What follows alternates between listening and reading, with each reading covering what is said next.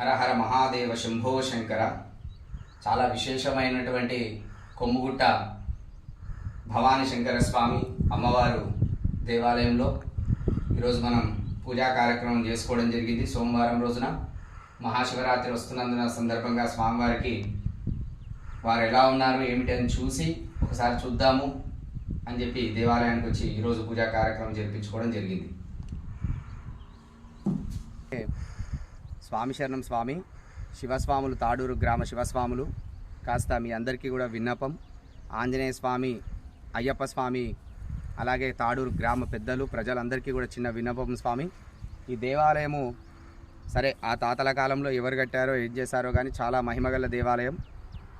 ఈ దేవాలయం చుట్టూ ఇలా చూడండి మీరందరూ కూడా, ఈ దేవాలయం చుట్టూ మొత్తం కంప చెట్లు అదేవిధంగా విపరీతంగా ఏర్పడ్డాయి. దేవాలయం అనేది కనిపించకుండా చేయకుండా కూలిపోయే స్థితిలోకి ఈ దేవాలయం వచ్చింది.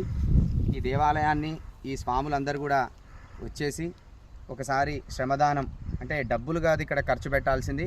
మనం ఒక పూట ఇక్కడ సేవ చేస్తే ఈ దేవాలయం మొత్తం కూడా దేవాలయం చుట్టూ కూడా శుభ్రం చేసి కనీసం సోమవారం అయినా సరే ఇక్కడే దేవాలయం ఉంది కనుక ఈ స్వామి కూడా ఇంత పూజా కార్యక్రమాలు చేస్తే మన తాడూరు గ్రామానికి మన ప్రజలకందరికీ కూడా మంచి జరుగుతుంది అనేది నా విన్నపం స్వామి.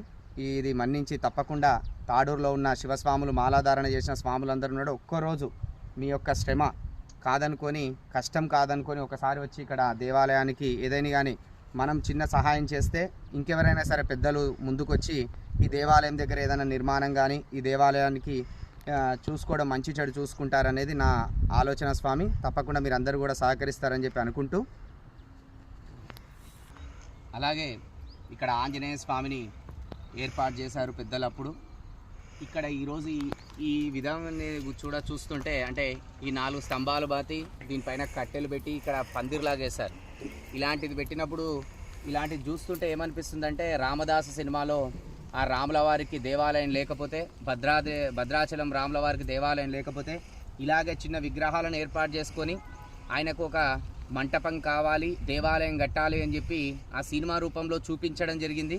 మనందరం కూడా ఒకసారి ఆ సినిమా చూస్తే కూడా తెలుస్తుంది.